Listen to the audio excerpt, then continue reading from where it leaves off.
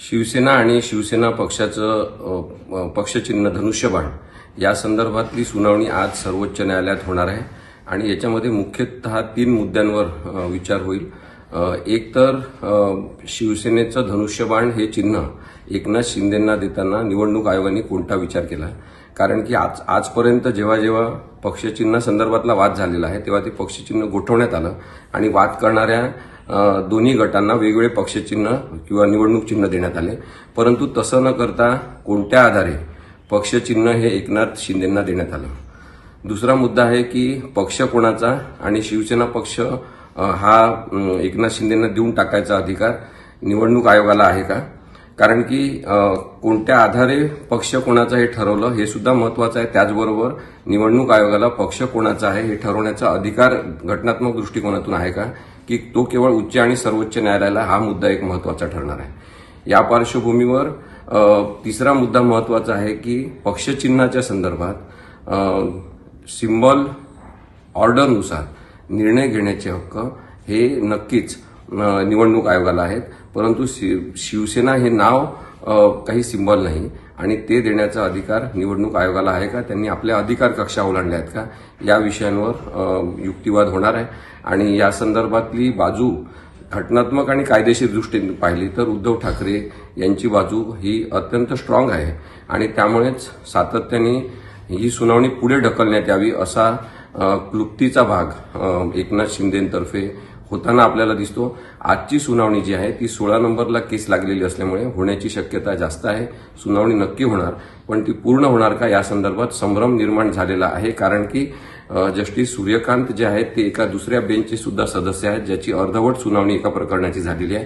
त्यांनी जर तिकडे बसायचं ठरवलं तर कदाचित या केसची पूर्ण सुनावणी होणार नाही, परंतु आज सुनावणीला सुरुवात होईल हे मात्र नक्की आहे।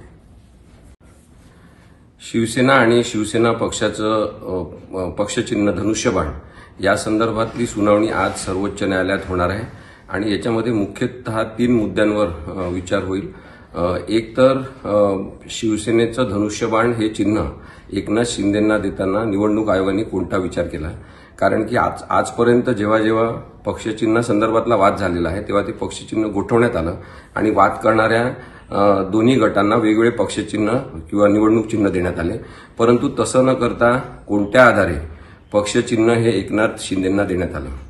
दुसरा मुद्दा आहे की पक्ष कोणाचा आणि शिवसेना पक्ष हा एकनाथ शिंदेंना देऊन टाकायचा अधिकार निवडणूक आयोगाला आहे का, कारण की कोणत्या आधारे पक्ष कोणाचा हे ठरवलं हे सुद्धा महत्वाचं आहे। त्याचबरोबर निवडणूक आयोगाला पक्ष कोणाचा आहे हे ठरवण्याचा अधिकार घटनात्मक दृष्टिकोनातून आहे का, की तो केवळ उच्च आणि सर्वोच्च न्यायालयाला, हा मुद्दा एक महत्वाचा ठरणार आहे। या पार्श्वभूमीवर तिसरा मुद्दा महत्वाचा आहे की पक्षचिन्हाच्या संदर्भात सिंबल ऑर्डरनुसार निर्णय घेण्याचे हक्क हे नक्कीच निवडणूक आयोगाला आहेत, परंतु शिवसेना हे नाव काही सिंबल नाही आणि ते देण्याचा अधिकार निवडणूक आयोगाला आहे का, त्यांनी आपल्या अधिकार कक्षा ओलांडल्या आहेत का, या विषयांवर युक्तिवाद होणार आहे।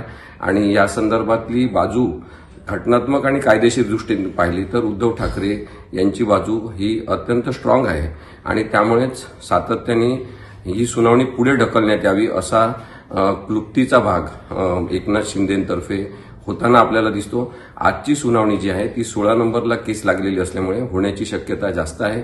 सुनावणी नक्की होणार, पण ती पूर्ण होणार का या संदर्भात संभ्रम निर्माण झालेला आहे, कारण की जस्टिस सूर्यकांत जे आहेत ते एका दुसऱ्या बेंचचे सुद्धा सदस्य आहेत, ज्याची अर्धवट सुनावणी एका प्रकरणाची झालेली आहे। त्यांनी जर तिकडे बसायचं ठरवलं तर कदाचित या केसची पूर्ण सुनावणी होणार नाही, परंतु आज सुनावणीला सुरुवात होईल हे मात्र नक्की आहे।